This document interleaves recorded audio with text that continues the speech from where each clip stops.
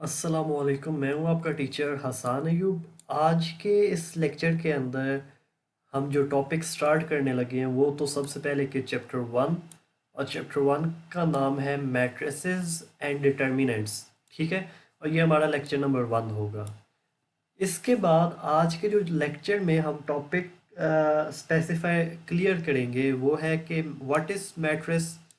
उसके बाद हम देखेंगे कि what do we mean by the order of matrix, कि मैट्रिक्स का ऑर्डर क्या होता है। ठीक है, उसके बाद हम देखेंगे कि व्हाट आर इक्वल मैट्रिसेस, कि अगर मैं कहता हूँ कि इक्वल मैट्रिक्स तो इससे क्या मुराद होती है। ठीक है, याद करने के लिए तीन चीज़ें ये आपकी होंगी क्वेश्चंस। ठीक है, और एक एक्सरसाइज 1.1 सारी हम करेंगे। मैथमेटिक्स में एक चीज़ मैं आपको ये बता दूं कि आपको फ़िलहाल ये चीज़ बताई जाती है कि रास्ता कौन सा है और इस रास्ते को आपने अबूर कैसे करना है। उंगली पकड़ के आपको एंड तक नहीं लेके जाया जा सकता। अब 10 सवाल मैं करवा दूं, 11वां सवाल मैं दूंगा तो वो आपसे नहीं होगा। अगर सिर्फ मैंने आपको चीज़ समझा दी है, एक क्वेश्चन मैंने करके आपको दिखा दिया है, तो आपके अंदर इतनी कैपेबिलिटी आ जानी चाहिए फिर कि उससे मिलता जुलता उस जैसा कोई भी सवाल मैं आपको दूं तो आप इजीली कर लें। आप ये ना कहें कि ये आउट ऑफ द कोर्स है या ये स्मार्ट सिलेबस में नहीं है, या इस तरह का कोई एक्सक्यूज़ ना आए। ठीक है, तो आइए स्टार्ट करते हैं। पहले थोड़ा सा इंट्रोडक्शन देख लेते हैं। इंट्रोडक्शन में एक चीज़ देख लें कि एमसीक्यू में वो चीज़ पूछ सकता है कि मैट्रिक्स जो है मैथ के अंदर एक पूरी फील्ड है। कि मैट्रिक्स इंट्रोड्यूस किसने करवाई थी? अर्थर केली। और ये इंग्लिश मैथमेटिशियन था, इंग्लैंड का रहने वाला था। ठीक है, और तकरीबन 19th सेंचुरी के अंदर इसने एक थ्योरी ऑफ मैट्रिक्स, जिस तरह फिजिक्स के अंदर लॉज या प्रिंसिपल्स होते हैं, इसी तरह इसने मैट्रिक्स के ऊपर एक थ्योरी दी थी आर्टिकल से इसके। और वो किस वक्त थे? 1858 में। ये एमसीक्यू आएगा कि मैट्रिक्स का आइडिया किसने दिया था। वो ऑप्शन में एक ये लिखा होगा, आपने इसके ऊपर क्लिक करना है। ठीक है, और फिर एक और चीज़ की थ्योरी ऑफ मैट्रिक्स किस साल में इंट्रोड्यूस हुई थी, और डेट इज 1858। ठीक है, उसके बाद बस इतनी ही एक चीज़ मैंने आपको बतानी थी कि ये एमसीक्यू में चीज़ आती है। इसके बाद आगे आ जाए कि मैट्रिक्स पढ़ेंगे क्यों, मैट्रिक्स और डिटर्मिनेंट्स आगे हम पढ़ेंगे। डिटर्मिनेंट्स का तो आपको आइडिया क्लियर हो जाएगा बाद में कि हम ये चीज़ पढ़ेंगे क्यों। वो मैथमेटिक्स की फील्ड हो, वो फिज़िक्स की फील्ड हो, वो स्टैटिस्टिक्स की फील्ड हो, इलेक्ट्रॉनिक्स, ये जो इलेक्ट्रिकल इंजीनियरिंग होती है वो इलेक्ट्रॉनिक्स से रिलेट करती है, कंप्यूटर साइंस की फील्ड हो। और ये फील्ड्स मैं वो नहीं कह रहा कि आपकी 9th 10th first year second year, ये फील्ड्स मैं प्रैक्टिकल लाइफ की कह रहा हूँ कि फैक्ट्रीज के अंदर जब इनके ऊपर रिसर्च और काम किया जाता है तो वहाँ पे ना मैट्रिसेस इस्तेमाल होते हैं। कंप्यूटर साइंस में एक चीज़ मैं बस बता देता हूँ कि गेम आप कोई ना कोई खेलते होंगे, आप लूडो या पबजी या कोई भी गेम खेलते हैं, तो उसका एक चीज़ है कि ऑब्जेक्ट्स मूव होते हैं। ठीक है, लूडो का वो डाइस जो होता है वो मूव हो रहा होता है। तो अब एक चीज़ को किस तरह मूव करना है एक जगह से दूसरी जगह, वो मैट्रिक्स की मदद से बताए जाते हैं। ठीक है, ये एक बता दिए चीज़ आपको, हिस्टोरिक बैकग्राउंड और इसका एक स्कोप बता दिए कि कैसे कैसे यूज़ होता है। ठीक है, अब आ जाते हैं कि मैट्रिक्स होता क्या है। ये इसकी डेफिनेशन भी बनती है कि व्हाट इज मैट्रिक्स। ठीक है, देखिए, अ रेक्टेंगुलर और स्क्वायर एरे। एरे क्या होती है? जो इस फॉर्म के अंदर आपकी वैल्यूज होती है, इसको हम आमतौर पे एरे कहते हैं। ठीक है, अब ये वैल्यूज आपकी रेक्टेंगुलर फॉर्म में भी हो सकती है या स्क्वायर फॉर्म में हो सकती है। स्क्वायर क्या होगा? 2, 3, 7, और एक इस जगह पे लिख दूँ 9। तो ये स्क्वायर की फॉर्म में है, और ये कौन सी फॉर्म में है? रेक्टेंगुलर। तो मैट्रिक्स स्क्वायर फॉर्म में भी हो सकती है या रेक्टेंगुलर फॉर्म के अंदर भी हो सकती है। ठीक है, डेफिनेशन एक बार पढ़ते हैं कि अ रेक्टेंगुलर और स्क्वायर एरे और a formation of the collection of real numbers. Real numbers कौन से होते हैं? ये 1, 2, 3, 4 इस तरह, या 4.3 मैं कह दूँ, 4/3, सॉरी 4/3 मैं कह दूँ, तो ये सारे के सारे क्या बनेंगे? रियल नंबर्स बनेंगे। तो इनको हम क्या कहते हैं? कि इन रियल नंबर्स को मैं इस तरह एरे की फॉर्म में या तो इस तरह या इस तरह लिख दूं, तो इसको हम क्या कहते हैं, और इसके आखिर पे और स्टार्ट पे इस तरह ब्रैकेट्स लगा दूं, ये वाली ब्रैकेट स्क्वायर ब्रैकेट जिसको आप कहते हैं, तो ये क्या बन जाती है, मैट्रिक्स बन जाती है। मिसाल के तौर पे मैं आपको चीज़ करके बताता हूँ कि मेरे पास एक वैल्यू है 7, 4, 9 और 2। इसको मैं अगर ऐसे लिख दूं 7, 4, 9, 2 और इसके आखिर पे मैं ऐसे ब्रैकेट्स लगा दूं, तो ये क्या बन जाएगा, ये मैट्रिक्स। मैं कहूँगा कि मैट्रिक्स की फॉर्म में मैंने अपनी वैल्यूज़ को लिख दिया है, ठीक है। उसके बाद आए कि रो ऑफ अ मैट्रिक्स से क्या मुराद है। अब इसका मतलब है कि आप अगर रो के अब ये वैल्यूज है ना 1, 2, 0, 3, 5, 4, अगर ये आप हॉरिजेंटल रो में ये जो इस तरह लाइन चल रही होती है, इसको हम क्या कहते हैं, हॉरिजेंटल, HORIZONTAL, हॉरिजेंटल, जो इस तरह स्ट्रेट लाइन होती है। अगर आप अपनी वैल्यूज को हॉरिजेंटल वे में ऐसे लिखेंगे, पहली ये हॉरिजेंटल लाइन है तो इसको मैं क्या कह दूंगा, रो 1। ये दूसरी लाइन है तो इसको मैं क्या कह दूंगा, रो 2। और ये तीसरी लाइन है तो इसको मैं क्या कह दूंगा, रो 3। अब इधर एक चीज देख लें कि मैट्रिक्स के अंदर ये वैल्यूज पॉजिटिव भी हो सकती हैं, ये जैसे ये सारी वैल्यूज, और ये वैल्यू नेगेटिव भी हो सकती है, ठीक है। तो अब कह क्या रहा है कि matrix A have 3 rows, R1, R2 and R3, ठीक है। समझ आ गई होगी आपको। उसके बाद column of a matrix. Column चीज होती है जो वर्टिकल फॉर्म में होती है, और वर्टिकल कौन सी फॉर्म होती है वो देख लें कि ऊपर से नीचे जो चीज आ रही होती है ना, उसको हम क्या कहते हैं, वर्टिकल। तो अब अगर ये वैल्यूज, ये क्या है, 2, 3, 0, 3, 1, 2।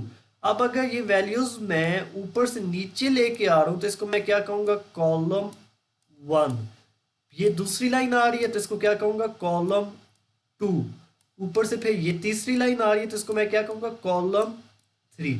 तो इस तरह बी जो मैट्रिक्स थी उसके कितने कॉलम बनेंगे, 3 कॉलम्स हैं, C1, C2, C3, ठीक है। अब अगर मैं एक चीज ये लिख दूं आपके सामने, एक मैट्रिक्स में लिखने लगूं 3, 9, 7, तो अब मुझे आप ये बताएं कि इसकी कितनी रोज हैं।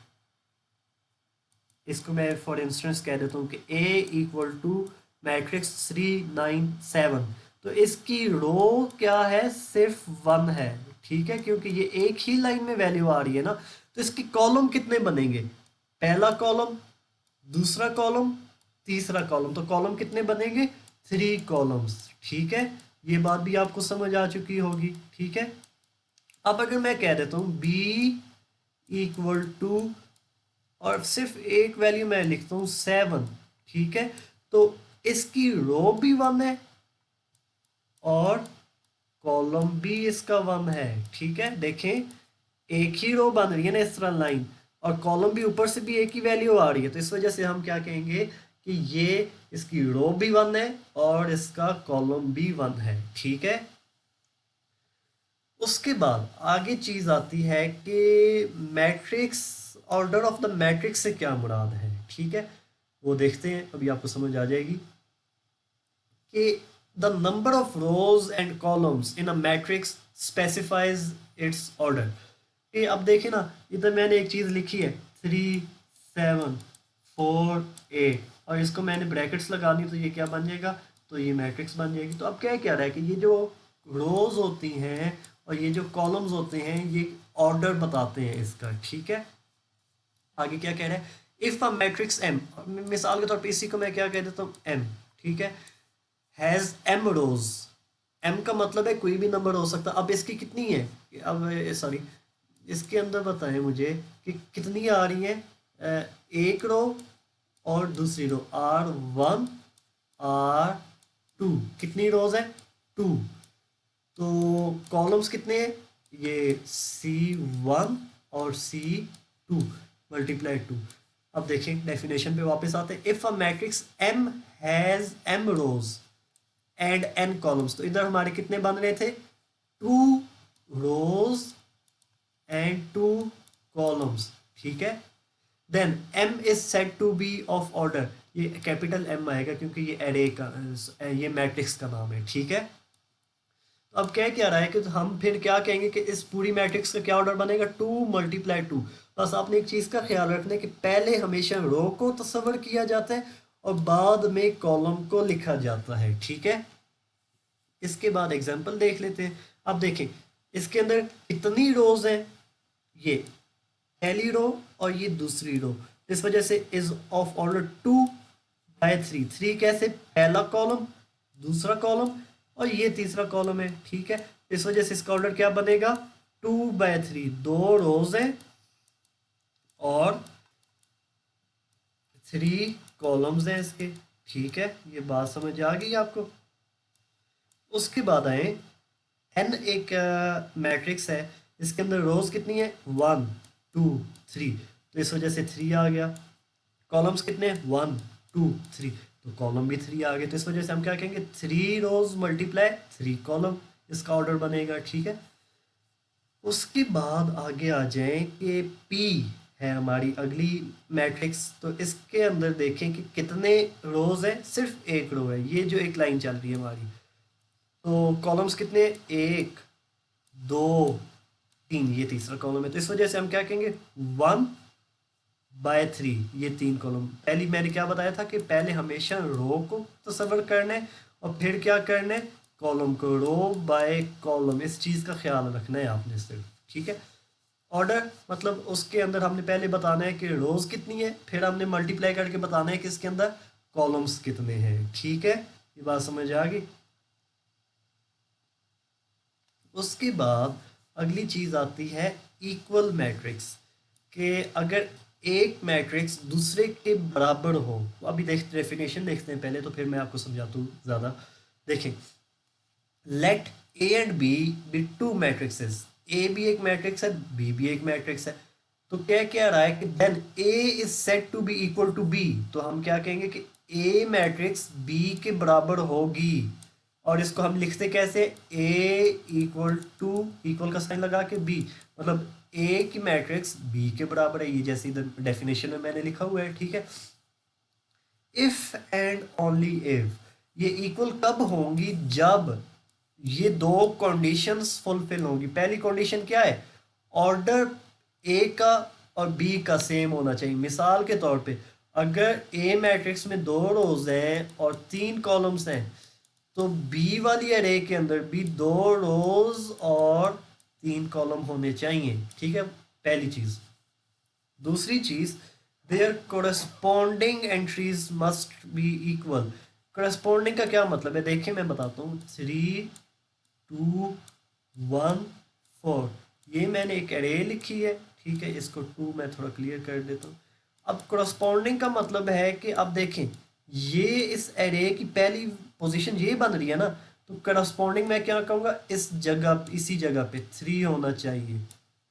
ये पहली लाइन में आगे क्या बन रहा है, 2, तो कोरस्पॉन्डिंग हम क्या कहेंगे, मतलब उसी जगह पे, उसी की जगह, उसी की लाइन में इधर क्या आना चाहिए, 2 आना चाहिए। इधर मैंने ये क्या लिखा था, 1 मैं कह देता हूँ, ये 1 था, ठीक है। तो इधर क्या आना चाहिए, 1 आना चाहिए और इधर 4। तो तब हम क्या कहेंगे कि ये दोनों मैट्रिक्स आपस में इक्वल है, क्योंकि इधर भी 2 रोज 2 कॉलम है, 2 रोज 2 कॉलम, और इधर भी 2 रोज और 2 कॉलम्स हैं, ठीक है। एग्जाम्पल देख लेते हैं। अब कहता क्या है, ए 1 3 -4 2 एंड बी, अब ए मैट्रिक्स ये है और बी क्या है, ये। अब ये जो एक्सप्रेशन लिख दी, एक्सप्रेशन क्या है, वो 2 + 3 सॉल्व होगा, तो ये क्या आ जाएगा इधर, एक मिनट, 1 -4 4 -2, और इधर आएगा 5 -2, या बुक के ऊपर आप देख लीजिएगा जो भी है। फिलहाल मैं इसको करेक्ट करके 5 -2 कर देता हूँ, ठीक है। तो तब ये इक्वल हो जाएंगी। कैसे, अब देखें, 5 में से 2 को सब्ट्रैक्ट करें तो क्या आएगा, 3 आएगा। तो ये मैट्रिक्स मैं सॉल्व करके इधर आगे लिख देता हूँ, b = 1, वैसे ही आ गया। और ये 5 -2 सॉल्व होगा तो क्या आ गया, 3 आ जाएगा। फिर -4 वैसे ही आ जाएगा, क्योंकि सॉल्व करने की इसको ज़रूरत नहीं है। तो 4 - 2 क्या होता है, 2 आ गया वैसे ही, ठीक है। तो अब देखें ये जो ए थी इसकी पहली पोजीशन पे क्या था 1, बी की पहली पोजीशन पे क्या आ गया 1, ए की पहली पोजीशन के ऊपर क्या था 3, इसकी पहली पोजीशन के ऊपर 3 आ गया। इधर इसकी इस पोजीशन के ऊपर क्या था -4, तो इधर इसकी पोजीशन पे क्या आ गया -4 आ गया, ठीक है। तो इस तरह ना हम कहते हैं कि ये दोनों मैट्रिक्स आपस में इक्वल है। अब देखें मैं कहता हूँ कि ए एक मैट्रिक्स है, ठीक है, और इसकी वैल्यूज क्या है 1 3 -4 7, ठीक है। और बी दूसरी मैट्रिक्स है और मैं कह देता हूँ कि 1 3 -4 और 6, ठीक है। अब आप लोग सोच के बताएं कि क्या ये दोनों मैट्रिक्स आपस में बराबर है, क्या ए इज इक्वल टू बी, क्या ये सच है? नहीं। देखें 1 1 ये ठीक है, इधर भी 3 आ गया, इधर भी 3 आ गया, ये भी ठीक है। -4 -4 करस्पॉन्डिंग पोजीशन सेम है। अब इधर क्या है 7 और इधर क्या आ गया 6, तो हम क्या कहेंगे कि इस वजह से A is not equal to B, ठीक है। Exercise 1.1 Question number 1 Find the order of the following matrices. Matrices है, इनके ऑर्डर क्या होंगे ये मैं इधर ही बता देता हूँ। 2 × 2 क्योंकि इसके अंदर रोज कितनी है 2 और कॉलम्स कितने हैं वो भी 2 हैं। ये बी मैट्रिक्स है तो इसका ऑर्डर भी सेम रहेगा 2 × 2 क्योंकि रोज 2 है और कॉलम भी कितने हैं 2 है। इसका 1 × 2 क्यों कि एक रो है ये वाली और 2 कॉलम्स है हमारे। इसका ऑर्डर क्या होगा 3 × 1 क्यों क्योंकि देखिए 3 रोज है और एक ऊपर से कॉलम आ रहा है 3 × 1। और ये क्या होगा, अब ये परेशान ना होइएगा, ये उसने अल्फ़ाबेट्स लिख दिया और ये भी मैट्रिक्स ही होती है, ठीक है। तो रोज कितनी है 1 2 3, 3 × 1 और 2, ये इसका क्या आ गया ऑर्डर आ गया। इसका क्या ऑर्डर होगा 1 × 1 क्योंकि एक ही रो और एक ही कॉलम है। अब इसका देखें 1 2 3 तो इधर 3 × कॉलम्स कितने हैं 1 2 3 3। इस H मैट्रिक्स इसके कितने हैं 1 2 2 × 1 2 3 3 आ गया। और समटाइम्स इसको आप आगे देखेंगे कि इनको जैसे 2 × 2 नहीं लिखेंगे हम इधर समटाइम्स क्या लिख देंगे 4 क्योंकि 2 2s are 4। अब ये देखें ई है, ठीक है, इसका हमें हमारा क्या आया था 3 × 2 तो इसको हम आमतौर पे क्या आगे कंसिडर करेंगे 6 भी कह सकते हैं, ठीक है, क्योंकि इसको सॉल्व करने के बाद 6 ही आता है, ठीक है। खैर फिलहाल बस आप इतना रखिए कि 2 रोज हैं तो 2 × और 3, या आप ऐसे भी कह सकते हैं 2/3, ठीक है। जैसे इधर इसका मैं क्या लिखूंगा 1/2 मतलब 1 रो बाय 2 कॉलम्स, ठीक है। ये पहला क्वेश्चन मैंने आपको सॉल्व करा दिया है। क्वेश्चन नंबर 2 पे आए कि अब देख लें कि कौन कौन सी मैट्रिसेस आपस में इक्वल है, ठीक है। अब देखें ये एक चीज़ देख लें, कोई अगर सॉल्व हो रही है ना तो उसको पहले सॉल्व करके वहाँ पे लिख लें। तो इसको सॉल्व करने के बाद आंसर क्या आएगा 3, मैं इसको काट के ना इधर मैं क्या लिख रहा हूँ 3। इसको सॉल्व करने के बाद आंसर क्या आएगा 3 - 1 क्या होता है 2 और 3 + 3 क्या होता है 6, ठीक है। मतलब अब जो हम वैल्यूज़ को मैच करेंगे ना वो ये जो मैंने अभी लिखी हैं ये हम मैच करेंगे। और इधर क्या आएगा जे का 2 + 2 4 2 - 2 0 2 + 4 6 2 + 0 2 आएगा, ठीक है। जे की नई वैल्यू क्या बन गई ये बन गई, ठीक है। आई है तो इसका क्या बनेगा 3 और 3 + 2 क्या होता है 5, ठीक है। तो ये आ गई।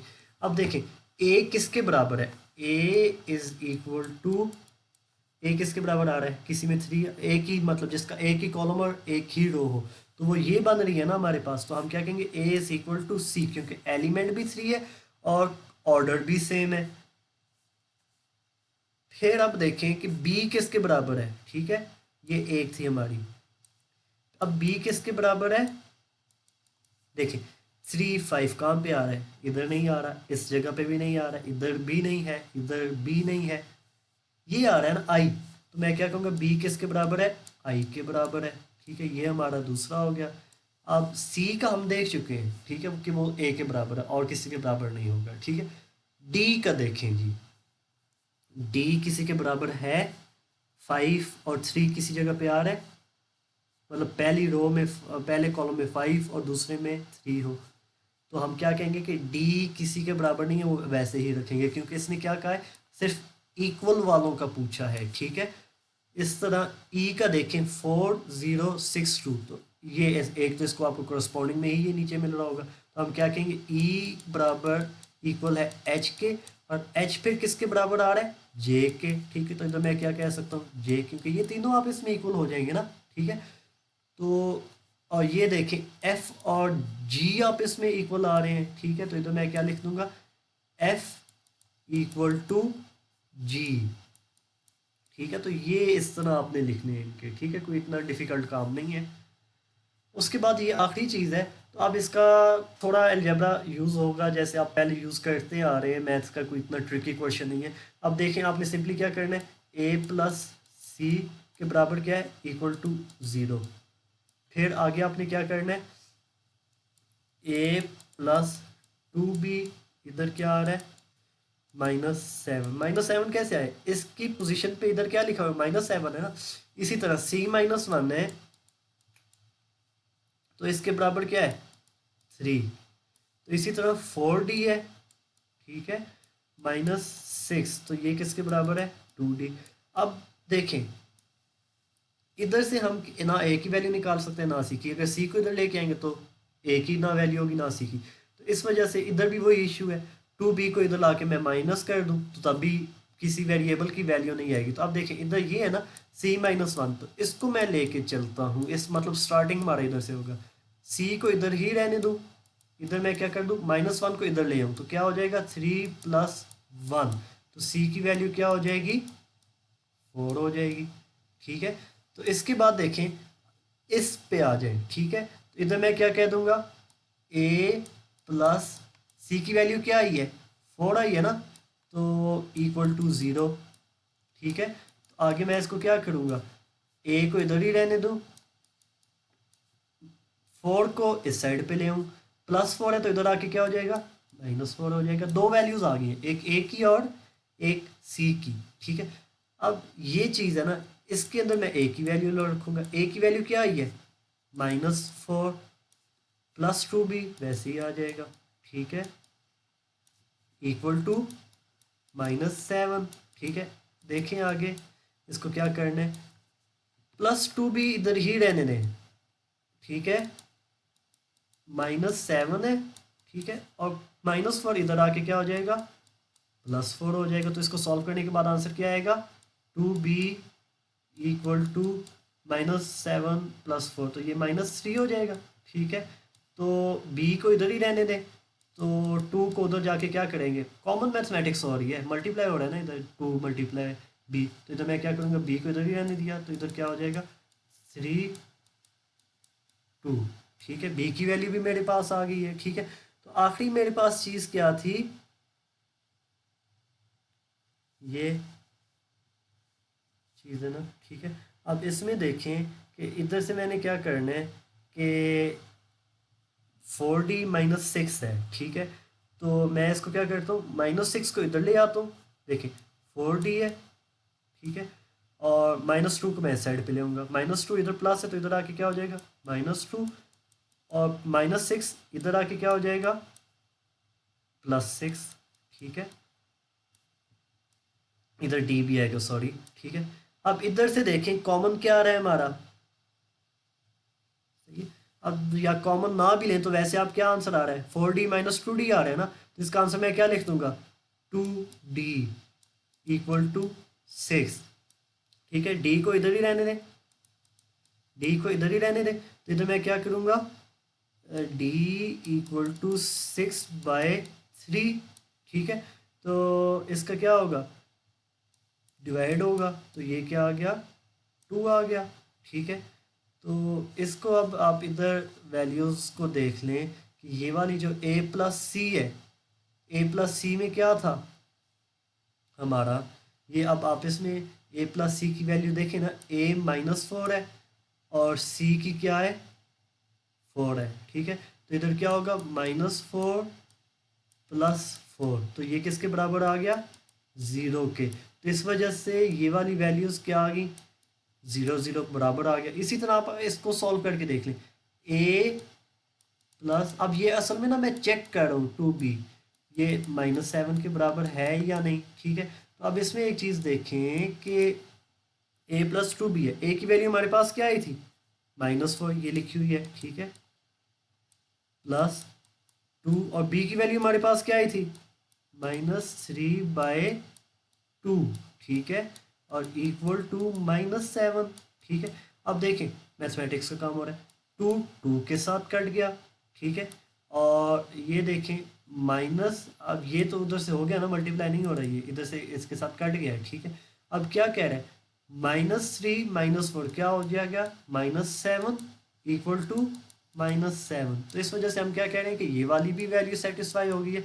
तो हम सिंपली क्या कहेंगे आखिर पे, a = -4 निकली थी हमारी वैल्यू, b की वैल्यू क्या निकली थी, -3/2, c की वैल्यू हमारी क्या निकली थी, ये 4, और d की वैल्यू हमारी क्या निकली है, 2, ठीक है। ये